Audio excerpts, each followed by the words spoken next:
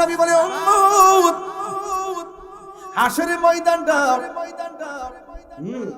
একেবারে পুরা মাটির একটা মাঠ হবে, যেই মাঠের মধ্যে কোনো গাছ থাকবে না, ওই মাঠের মধ্যে উলঙ্গ অবস্থায় যাবে, নারী উলঙ্গ অবস্থায় যাবে, পুরুষ উলঙ্গ অবস্থায় যাবে।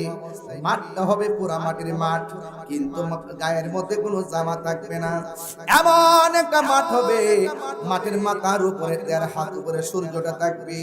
দুনিয়ার সূর্যের তাপটা যেমন এর চাইতে ৭০ গুণ বেশি তাপ পেয়ে দাঁড়ায় যাবে। মাথার মগজের উপরে সূর্যটা এমন ভাবে চাপ দিবে, বাতের মার যেমন করে টকবক করে এমন ভাবে টকবক করে তোমার মাথার মগজগুলা চিটে চিটে পড়বে।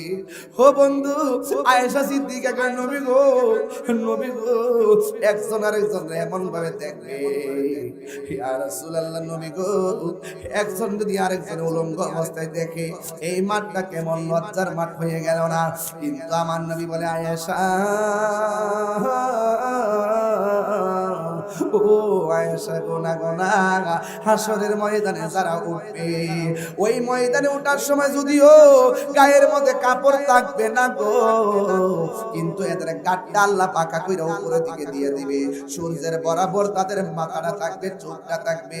একটা সেকেন্ডের জন্য একজন আরেকজনের দিকে তাকাইবো, যারা পরিমাণ কোন সময় পাবে না। এমন একটা মাঠ হবে, ওই মাঠে নিজেরা গামি নিজেরা সাঁতার কাটবে, কেউ গিরা পানিতে সাঁতার কাটবে, কেউ হাঁটু পানিতে সাঁতার কাটবে, কেউ কোমর পানিতে সাঁতার কাটবে, কেউ গলা পানিতে সাঁতার কাটবে। এখন বলেন হুজুর, নদী এমন কেন? আমরা তো জানি নদীর তল দেশ সমান থাকে, কিন্তু এখানে কাহার জন্য কম, কাহার জন্য বেশি, কেউ গিরা পানিতে, কেউ হাঁটু পানিতে। কারণটা কি? আমার নবী বলে, উম্মত, এর কারণ কি জানোনি? যার গুনাহ যেমন পানিও তেমন, গুনাহ যেমন পানিও তেমন। মাশাআল্লাহ, মাঠটা নীরব হয়ে গেছে, মনে হয় যেন আমরা হাসরের ময়দানে উঠে গেছি রে। ওই ময়দানে নবী ছাড়া কেন উপায় নাই, এই কথাটা বইলা দিয়ে ওয়াজটা শেষ করে যাবো গারে বাজি। আমার নবী, আপনার নবী বলেন, হাসরের ময়দানে মাথার ১.৫ বিঘা উপরে সূর্যটা থাকবে, বাতের মার যেমন করে সিটে সিটে ডাইনে বাইনে পড়ে, এই কেমন মাথার মগজগুলো চিটটা চিটটা পড়বে। সবার মুখের মধ্যে একটা মাত্র স্লোগান, নাফসি নাফসি বলে তারা কাঁদবে। ও বন্ধু রে, বাবা রে বাবা, ওই কঠিন মুসিবতে আদম নবীকে তোমরা কাছে পাবা না, ইব্রাহিম নবীর কাছে পাবা না, ইউনূস নবীর কাছে পাবা না। যাইতে যাইতে ঈসা নবীর কাছে যাব, ঈসা নবীর গিয়ে বলবো, ঈসা গো, আপনি মেহেরবানি করে আমাদের জন্য একটু কথা বলেন না।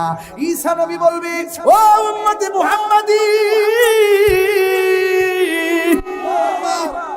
আমি কোনো কথা বলতে পারবো না, আজকে আমরা কথা বলার চান্স নাই। নবীরাও বলবে নাফসি নাফসি।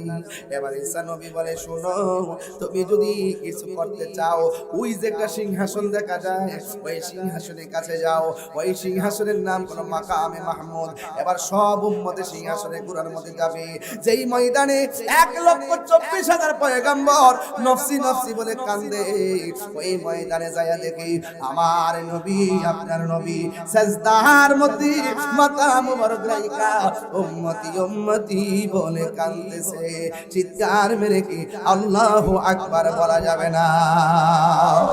এবার সব উম্মত যায় নবীরে ডাক দিবি, ডাক দিয়ে বলল, ইয়া রাসূলুল্লাহ, গিরা পানির মধ্যে চলতে চলতে পা ঠসা পড়ে গেছে, হাঁটু পানিতে পড়তে পড়তে চামড়া উঠে গেছে। নবী গো, আর কতদিন আমরা এমনে থাকবো? আমার নবী, আপনার নবী আল্লাহর ডাক দিয়ে কে, আল্লাহ, ও আল্লাহ গো, অন্তত পক্ষে তুমি হিসাবটা শুরু করো, জান্নাতি হলে জান্নাতে দাও, জাহান্নামী হলে জাহান্নামে দাও। ১,৪৪,০০০ পয়গম্বর কেউ কথা বলতে পারে না, যার কথার দ্বারা হাসরের ময়দানে বিচারটা শুরু হবে তিনি হলো রাহমাতুল লিল আলামিন। এই কথা বইলা আমার নবী সাজদার মধ্যে পড়ে গেছে, উম্মতের ডাক দেয়, কিন্তু নবী মাথা মোবারক তোলে না।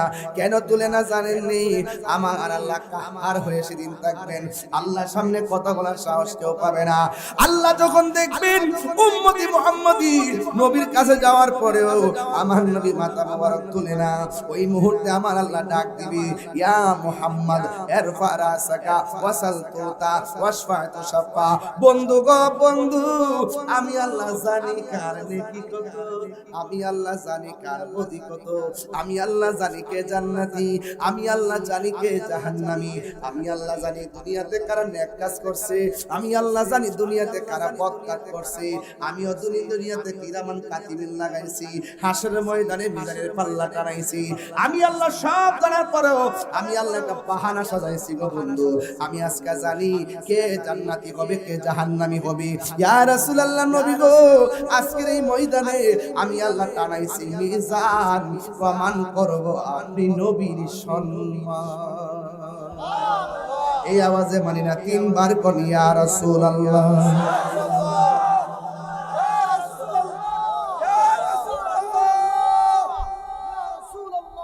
কেন তাহিরি নবী নবী করে, কারণ কি? নামাজ পড়ছি কবুল হয়েছে কিনা জানি না, রোজা রাখছি কবুল হয়েছে কিনা জানি না, কিন্তু নবীরে যে ভালোবাসি কোনো সন্দেহ নাই। এই আওয়াজে মানি না কোনো সন্দেহ। যারা নবীর সঙ্গে দুশমনি করো, হাসরের ময়দানে দুশমনি চলবে না, সব বন্ধ করে দিবে। তোরা আমার বন্ধুর ব্যাপারে এমন ধরনের নাফরমানি করছস, দেখ দেখ দেখ আমার বন্ধু কি।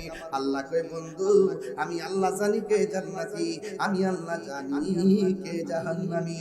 ও বন্ধু বন্ধু, আপনার মাথা মুবারক তুলেন না, ওয়ার ফারাসাকা, আপনার মাথা তুলেন, ওয়াসাল তুলতা, আপনি আমার কাছে চান আমি দিব, ওয়াশফাতু শাফা, আপনি সুপারিশ করেন আমি আল্লাহ সুপারিশ কবুল করিব। এই জন্য আমার নবী সিজদা মুবারক থেকে মাথা মুবারক তুললেন, উঠায়া ডাক দিয়া বলে আল্লাহ। ও তরুণদার বাবা, জবানটা খুইলা বলো আল্লাহ।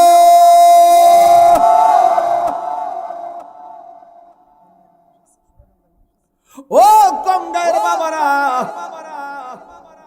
মোহনপুরের বাবারা, কি বলবো রে আমার, আল্লাহু আকবার কন্যা। আরে নাই কোনো বন্ধুগণ, নাই দহরদি নাই, কঠিন দিনে আমার নবীজি বিনে। Birampur HD media, the Islamic YouTube channel. জায়গা যেহেতু নাই, আদবের সাথে সবাই বসুন, যেন অন্ততপক্ষে কিছু কথা আমি বলতে পারি। সবাই আওয়াজ করে বলুন, ইজ্জতের মালিক কে? হায়াতের মালিক কে? মৌতের মালিক কে? আজকের এই মাহফিলে প্যান্ডেল যতটুকু হয়েছে তার চাইতে অনেক গুণ বেশি মানুষ হয়েছে। দেখলাম গাড়ি নিয়ে ঢুকতে, দেখলাম রাস্তাঘাট ব্লক। এটা আশিকদের একটা মিলন মেলায় পরিণত হয়েছে। জনন্ডার মানুষ, চান্দিনার মানুষ, এরা নবী বান্ধব মানুষ। চান্দিনার মাটি সুন্নিয়তের ঘাঁটি। আমরা সুন্নিরা একটু বুঝি কম, এই জন্য দেশের রাজনীতিতে লাগাইতে পারি না। যদি আমরা ঠিক মতো বুঝতাম, তাইলে এই চান্দিনা জমিন থেকে যদি কলা গাছ দাঁড় করাইতাম, শুধু সুন্নির ভোটে কলা গাছটাকে সংসদে পাঠাইতে পারতাম। আমরা টুস বিস্কিট খাইয়া, চাটা খাইয়া কোনো না কোনো দলের দিকে জায়গা, এইভাবে আর যাওয়া যাবে না। এবার শর্ত দিয়ে যাব, শর্ত। যদি কোথাও যেতে হয় শর্ত দিয়ে যাব, ওইটা অর্জন নাইলে বর্জন। সুন্নিদের কথা যারা রাখবে, সুন্নিদের সাথে যারা গ্যারান্টি ওয়ারেন্টি দিয়ে কথা বলবে, আমরা বিবেচনা করব। সুন্নিরা কি দুই না এক? যেহেতু আমাকে মুরব্বীরা মায়া করে সাংগঠনিক সচিব বানাইছে, কিছুদিনের মধ্যে ইনশাআল্লাহ চান্দিনার কমিটি করব এবং কুমিল্লার কমিটি করব, বড়ুয়ার কমিটি করব। আপনারা সুন্নিরা সব এক হওয়ার দরকার আছে না নাই? আমাদের অনেক পীর মাশায়েখরা তারা এক হতে চায় না। এরা মনে করে যে আমরা একটা পুরুষ করি, মুরিদদের কালেকশন মালেকশন করি, গরু টরু আয়ে যাও আমরা জমাইতাম পারি, মোটামুটি চল্লা ফিরে খাই যেতে পারো। এগুলার দিন এখন শেষ হয়ে গেছে। খানকায় ধ্যান করার নামও ইসলাম, আবার কখনো কখনো বাতিলদের ব্যাপারে ময়দানে জিহাদ করার নামও ইসলাম। আপনি শুধু তসবিহ টিপার লাগে দুনিয়াতে আইছেন, আল্লাহ কে কইছে যে 24 ঘন্টা নামাজ পড়ো না কি কইছে যে ফান্তাশিরু ফিল আরদি ফান্তাশিরু ফিল তোমরা জমিনে বিচরণ করো নামাজ ফাইজা কুদিয়াতি সালাহ ফান্তাশিরু ফিল আরদি যখন তোমরা নামাজ আদায় করবা জমিনে ছড়ায় পড়ো রিজিকের জন্য তো শুধুমাত্র এতেকাফে বই এতেক বলে বাড়াইছে না এজন্য আপনারা যারা এসেছেন আমার তো মনে হয় এই লোকটি যদি এই সুন্নি লোকগুলা যদি কুমিল্লা টাউন হলে একটা ডাক দেয় সারা দেশ কেঁপে উঠবে কথা বলেন ঠিক না আমি এখন আস্তে আস্তে মনে মনে ভাবতেছি আর কি ওয়াজ মাহফিল যেভাবে করি ওয়াজে ভক্তের অভাব নাই কিন্তু রাজপথে যখন ডাক দেওয়া হয় কাউকে পাওয়া যায় না এখন আপনাদেরকে রাজপথে আসতে হবে কোনো বেড়া আমরা গড়াই না চাল দিয়ে খাওয়াই জানা কেউ না আমরা করে অসুস্থ হইলে চিকিৎসা করতে আয় না হ্যাঁ নেওয়ার সময় টিকে লয়া যায় এরপর আর খবর আমরা কেউ লয় না এখন সুন্নিয়ত বড় সংকটের মধ্যে আছে কথা কোন ঠিক কিনা এজন্য আমাদের সকলকে ঐক্যবদ্ধ হতে হবে ইনশাআল্লাহ রাজি আছেন কিনা বলেন কেন্দ্রীয় দিক নির্দেশনা যেভাবে আসবে সুন্নি জামাতের আপনারা সেই দিকে যাবেন রাজি আছেন নি ভাই আপনারা একটা দিনের জন্য শুধু আপনার মতামতটা দিয়েন বাকি দিন আমরা খেলবো আপনাদের সাথে সব সময় সারাটা জীবন আপনাদের পাশে থাকবো কিন্তু একটা দিন যেদিন আপনারা ভ্যালটের মধ্যে কথা বলবেন সেদিন ইমানি আওয়াজে কথা বলবেন একটা দিন চাই নিছে আপনার কাছে শুধুমাত্র ওই দিন তাহির হুজুর বলছিল যে আমরা সুন্নি হয়ে সুন্নির পাশে থাকবো কথা বলেন ঠিক না বেঠে মনে থাকবো তো আল্লাহ যেন বোঝার তৌফিক দান করে আমিন কর কারণ মরতে হবে কি করতে হবে মরতে হবে কবর যাইতে হবে কথা বলেন ঠিক কি না এজন্য মরার আগে একটু আল্লাহকে রাজি করতে হবে নবীকে রাজি করতে হবে ঠিক কি না এই জন্য আপনারা যারা এখানে এসেছেন হাজার হাজার মানুষ রাস্তাঘাট ব্লক হয়ে গেছে জায়গা নাই প্যান্ডেলের কয়েক গুণ বেশি মানুষ আপনারা হয়ে গেছেন এটা সিন্নি খাওয়ার জন্য না এটা নবীর প্রেমের জন্য কথা বলেন ঠিক কি না আরে হাত তুলে বলেন ঠিক কি না বলেন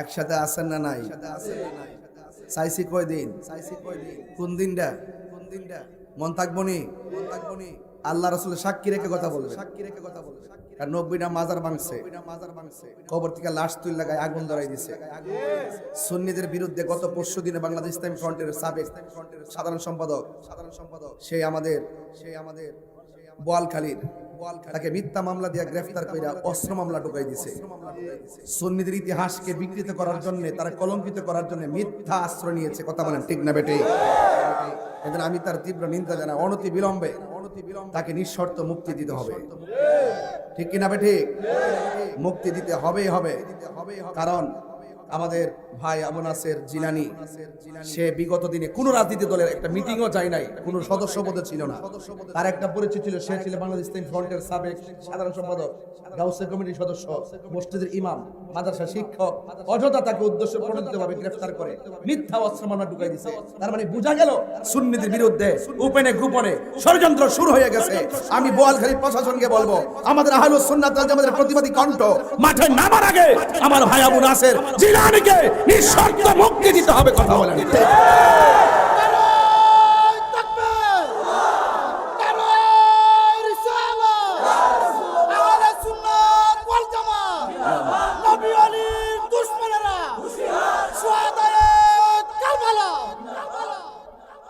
সুন্নি জনতাকে দুই থাকবেন না এক থাকবেন ডাক দিলে মাঠে পাওয়া যাবে তো আমাকে তারা বহুত ষড়যন্ত্র করতেছে কিন্তু সামনে আসতে পারতেছে না কারণ আমি একবারে বলে দিয়েছি আমি মদিনাওয়ালার প্রেমের কাঙ্গাল আমাকে ডিস্টার্ব করো না কথা বলেন ঠিক না বেটে আল্লাহ পাক যেন আমাদের সকলকে হেফাজতে রাখে বলেন আমিন আরো জোরে করে আমিন সবাই মহব্বতে বলেন আল্লাহুম্মা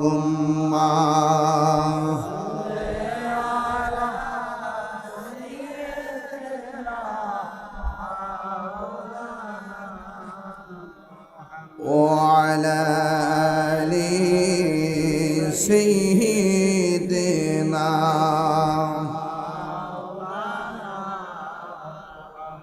গভীর মনোযোগ নীরব থাকা লাগবে কারণ নিঃশ্বাসের কোনো বিশ্বাস আর জোরে বলুন।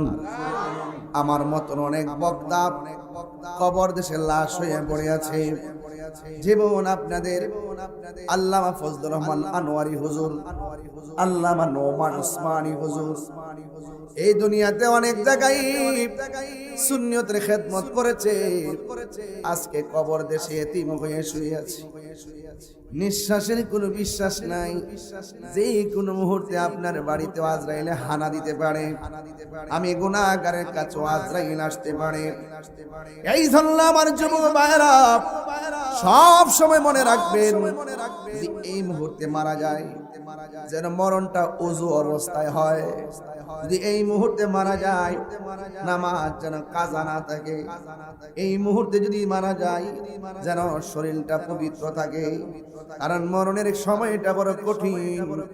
এই সময়টা কেউ কারো আপন হয় না। মা বসে থাকে পাশে, বাবা বসে থাকে পাশে, কিন্তু মা বাবা সন্তান সন্ততি সব কিছুর ভাগ নেয়, কিন্তু মরণের ভাগ কেউ নেয় না। কবরের কষ্টের ভাগ কেউ নেয় না। আওয়াজ করে বলুন, আমাদের আসল ঘরের নাম কি? বিল্ডিং না কবর? আল্লাহ রাব্বুল আলামিন বলেন, মিনহা খালাকনাকুম ওয়া ফিহা নুঈদুকুম ওয়া মিনহা নুখরিজুকুম তারাতান উখরা। আল্লাহ বলে, বান্দারে আমি তোরে মাটি থেকে বানিয়েছি, আবার এখানেই তোরে দাফন করা হবে।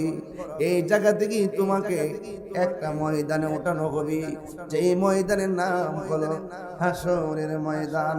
ওয়া মিনহা নুখরিজুকুম, মানে সেখান থেকে তোমাদেরকে বের করা হবে তারাতান উখরা। উখরা মানে আখিরাত। শেষ দিবসের দিনকে আখিরাত বলা হয়, মৃত্যুর উপরের জীবনটাকে আখিরাত বলা হয়। ও বন্ধুরে, জিরুন্ডার বাবা, জরুন্ডার বাবা, চান্দিনার বাবা, আমি আবারও বলে দিয়ে যাই, নিঃশ্বাসের কোনো বিশ্বাস নাই। মুরব্বীর দাড়িগুলা পেকে গেল, যদি জিজ্ঞাসা করি দাড়িগুলা কোন দিন পাকছে, মুরব্বী বলবে টের পাই নাই। মুরব্বীর গালের চামড়া একদম নরম হয়ে গেল, জিজ্ঞেস করি কেমনে নরম হলো, কই হুজুর আমি বলতে পারি না। যুবকের চামড়া টান টান বলে, যুবকের ভিতরে একটা কাজ করে, আমি তো এখনো দাড়ি উঠে নাই, আমি কি মারা যাব নাকি? ও যুবক রে, অনেক মুরব্বীর আগে পোলাপান মারা যায়। আপনারা জবান খুলি বলুন, হায়াতের মালিক কে? আল্লাহ বলেন, এই মাটি থেকে তোমাকে বানানো হয়েছে। কেন বানানো হয়েছে? আল্লাহ বলেন, ওয়া মা খালাকুতুল জিন্না ওয়াল ইনসা ইল্লা লিয়াবুদুন।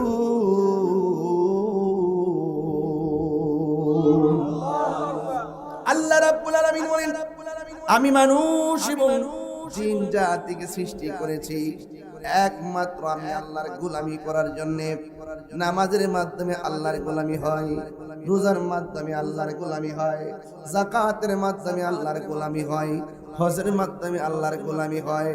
ও বন্ধু, আল্লাহ মানা নবী মানা নয়, নবী মানলেই আল্লাহ মানা হয়। কারণ আমার নবীর মহব্বত হলো ইবাদত কবুলের পূর্ব শর্ত। কথা বলেন ঠিক কিনা? এই জন্য আমার নবী বলেন, উম্মত, জীবন্ত বকরির গাই থেকে চামড়া তুললে যত কষ্ট হয়, এর চাইতে বেশি কষ্ট হবে মানুষের রুহটারে যখন বের করা হবে। শরীরটা একদম রক্তগুলা পানি হয়ে যাবে। ও বন্ধু, শুধু তাই নয়, আপনার গায়ের মধ্যে যে হাড্ডিগুলো আছে, হাড্ডিগুলোর জোড়াগুলো খুলে যাবে, আর রগগুলো আছে, রগগুলা টাস টাস করে ছিঁড়ে যাবে। সেই দিন সেলাইন দিলে সেলাইনের পানি ডিসকানেক্ট হয়ে যাবে, আর রগগুলা ছিঁড়ে যাবে। বেলুনের মধ্যে দিকে যদি সুতা কেটে যায়, ঘুরি আর ফিরে আসে না। কি কেমন বলে, গায়ে থেকে যদি চামড়াগুলোর ভিতরে যে রগগুলো আছে যদি ছিঁড়ে যায়, রক্ত চলাচল সব পানি হয়ে যায়, ভিতরে রক্তক্ষরণ হইতে হইতে পানি হয়ে যায়। এই জন্য আমার জরুন্ডার বাবা, চান্দিনার বাবা পায়ের মধ্যে হাত দিয়ে বলে যায়, একদিন আমি চলে যাব, আমার একদিন আমাকে চলে যাওয়াই লাগবে। এই জন্যই তো আমার নবী, আপনার নবী রহমাতুল আলামিন বলেন, একদিন আমি রাতের বেলা ঘুমায় রইলাম, ঘুমের ঘরে আমি স্বপ্নে দেখলাম জিবরাইল আলাইহিস সালাম আমার হাতের মধ্যে ধরছে। সুবহানাল্লাহ, কোনা গেলে গা নবীর স্বপ্ন কি আমাদের মতো নাকি? আমাদের স্বপ্ন সত্য মিথ্যা হতে পারে, শরীয়তের দলিল না, কিন্তু আমার নবীর স্বপ্ন হলো শরীয়তের দলিল। এটা স্বপ্ন না, এটা ডাইরেক্ট আমার আল্লাহর পক্ষ থেকে ওয়াহি। কারণ নবী আমার জবানে আল্লাহর কথা ছাড়া কথা বলেন। আমার আল্লাহ বলেন, ওয়া মা ইয়ানতিকু আনিল হাওয়া ইন হুয়া ইল্লা ওয়াহিয়ুন ইউহা। আমার নবী আল্লাহর কথা ছাড়া কথা বলে না। জবানটা খুলে গন, নবীর কথা হাকিকতে কার কথা? আর জোরে গন না, কার কথা? আইরে ওই নবীকে মানবে যারা তারা মুমিন, নবীরে যারা মানবে না তারা হলো বেঈমান। এই জন্য নবীরে মাইনা নামাজ পড়লে নামাজ কাম হবে, নবীরে মাইনা রোজা রাখলে রোজা কাজ হবে, নবীরে ভালোবাসা জিকির করলে জিকির লাভ হবে। আলালা ইমানা লিমাল্লা মুহাম্মাদ আলা, যার অন্তরে নবীর মহব্বত নাই তার ঈমান নাই, যার ঈমান নাই কবরে গেলে তার গতি হবে ভয়ানক। কথা কোনা ঠিক কিনা? রংমহলে থাকবার বন্ধু পালঙ্কে শুইয়া, কোন সন্ধানে মনসুরা ঢুকিবে আসিয়া, দুয়ারে প্রহরী তৈয়া প্রবেশ করল কে মনে, আর কি দেখা হবে চরুন্ডা বাসী জীবনে। আহারে প্রাণনাথ ওস্তারে নিদয়া, কাঙ্গাল বেশে কানতে আসি করস না একটু মায়া। এই জন্য মায়া রে মায়া, ও মায়া মায়া রে, কি মায়া। আজরাইলে ঘরের দরজায় আসলে মায়া কইরা মুখের মধ্যে পানি দেয়, কিন্তু কণ্ঠ দিয়া পানি ঢুকে না। ঢুকবো কেমনে? আমার আল্লাহ তার রিজিকের দরজায় তালা লাগাই দিছে। কথা কোন ঠিক কিনা? আরে বাবা, এত কষ্ট কইরা পাটা সামনে দেওয়ার চেষ্টা করি, কিন্তু পাটা সামনে যায় না, যাইবো কেমনে? আমার আল্লাহ জমিনে চলাচল তারে বন্ধ করে দিছে। এত চেষ্টা করি চোখটা খোলার জন্য, চোখটা খুলতে পারি না। আমার আল্লাহ যে নজর দরজায় তালা মাইরা দেখার দরজা বন্ধ করে দিছে, যা বাজে ছিল সব বন্ধ। এই জন্য পাটা বন্ধ হওয়ার আগে ওই পা দিয়ে হাইটা হাইটা আল্লাহর ঘর মসজিদে যাওয়ার দরকার আছে না? না, একদিন তোমার পা অচল হয়ে যাবে, চাইলেই তুমি মসজিদে যাইতে পারবা না। একদিন তোমার নজর দরজা বন্ধ হয়ে যাবে। এই জন্য চোখটা বন্ধ হওয়ার আগে মার চেহারার দিকে তাকাও। এই চোখটা বন্ধ হওয়ার আগে কোরআন শরীফটা ভালো করে তেলাওয়াত করো। পা দুইটা অচল হওয়ার আগে দৌড়াইয়া দৌড়াইয়া মসজিদে যাও। হাত দুইটা অচল হওয়ার আগে একবার আঙ্গুল দিয়া দিয়া কোরআন শরীফের পৃষ্ঠা উল্টাও। দেখবা কবরে যাওয়ার পর এই কোরআন তোমার সামনে হাজির হয়ে যাবে। কথা বলেন না বাজান, ঠিক কিনা? আমার বাবা, নজর দরজা কইরা বন্ধ, নয়রে ফুলের গন্ধ, চোখটা কি দে বন্ধ হইয়েন না, এখনো সময় আছে রে বাজি। এই চোখটা দিয়ে আমার নবীর কোরআন শরীফের দিকে তাকাও, এই চোখ দিয়া মা বাবার চেহারা দিকে তাকাও, এই চোখ দিয়া আল্লাহর সৃষ্টি জগতে যা কিছু আছে সব নিয়ে গবেষণা করো। ওয়ায়াতাফাক্কারুনা ফি খালকিস সামাওয়াতি ওয়াল আরদ, আসমান জমিনে যা আছে সব নিয়ে গবেষণা করো। কোথায় ছিলাম, কোথায় আসলাম, আবার কোথায় যাব? জবান খুলে কোন আমাদের হায়াতের মালিক কে? এ আওয়াজে মানি না, জোরে কোন না কে? হারিয়ে যাব একদিন আমি, রব নাই ভুবন চিরদিন, বলো হারি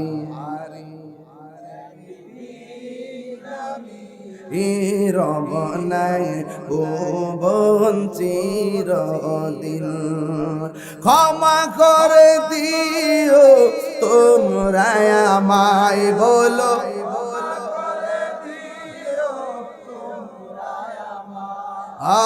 ভুল করে তাকি যদি কোনো দিন হারিয়ে যাব আমর অবনায় ভুবন চিরদিন পাশে বাগানে বা গোরস্থানে হয়তো দিবে মোরে খবর বাসি বাগানে বা গোরস্থানে হয়তো দিবে মোরে খবর তোমরা আমায় যাবে ভুলে রাখবে না জানি কোন খবর পড়বে কি মনে আমার কথা ফেলবে কি অস্ত্র কোনো দিন হারিয়ে যাব রব নাই ভুবন চিরদিন হারিয়ে যাব রব নাই ভুবন চিরদিন ক্ষমা করে দিও তোমরা আমায় বলো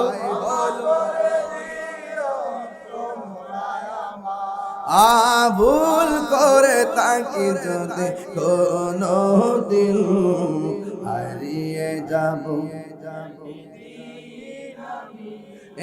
রব নাই ভুবন চিরদিন বলো হারিয়ে যাব আর নাই ভুবন চিরদিন ঠিক কিনা এই জন্য আমি বলবো যেই দিন আমি চলে যাব ক্ষমা চাওয়ার সুযোগ চাওয়ার নাও আসতে পারি এই জন্য জীবনটা ভালো থাকতে একটু বান্দা হইয়া বান্দার কাছে একটু ক্ষমা চাইয়া নেন ও বন্ধু তোমার কথা দিয়ে কষ্ট দিলাম ক্ষমা করে দাও ও আমার চাচা আপনাকে ব্যবহার দিয়ে কষ্ট দিলাম ক্ষমা করে দেন ক্ষমা করে দিও তোমরা আমায় বলো তোমরা আমায় ভুল করে তাকে যদি কোনো দিন হারিয়ে যাব রব নাই ভুবন চিরদিন জোরে জোরে কি আল্লাহু আকবার বলা যাবে না হায়রে ও চান্দিনার বাবা বাড়িতে যাওয়ার জন্য মনটা কেমন করে উড়ু উড়ু করতেছে অথচ তোমার বাড়ির সাইরা যে জমিদার গুরুস্থানে শুয়ে রয়েছে তোমার আব্বা ওই গুরুস্থানে যে শুয়ে রয়েছে আপনার দাদা ওই গুরুস্থানে যে শুয়ে রয়েছে আপনার দাদি বাড়িতে আর ফিরাইতে পারেনি ইন্না লিল্লাহি ওয়া ইন্না ইলাইহি রাজিউন আমার স্নেহাস্পদ দাউদকান্দির মাওলানা আব্দুল সালাম বিপ্লবী আম্মা মারা গেছে ইন্না লিল্লাহি ওয়া ইন্না ইলাইহি রাজিউন আল্লাহ যেন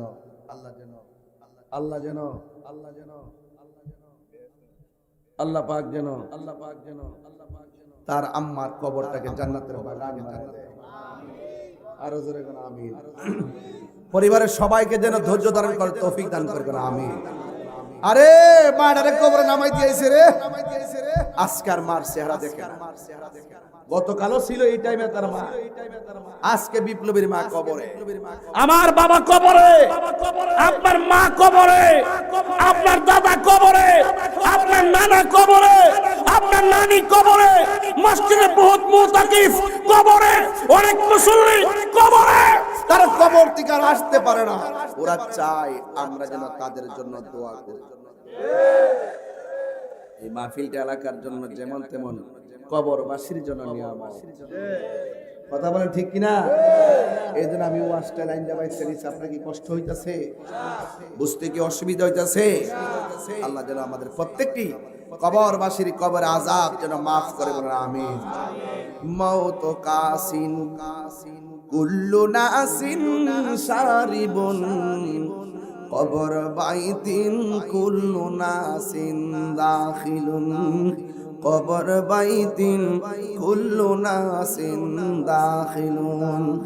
আল্লাহ আল্লাহ क्या मुबारक नाम है।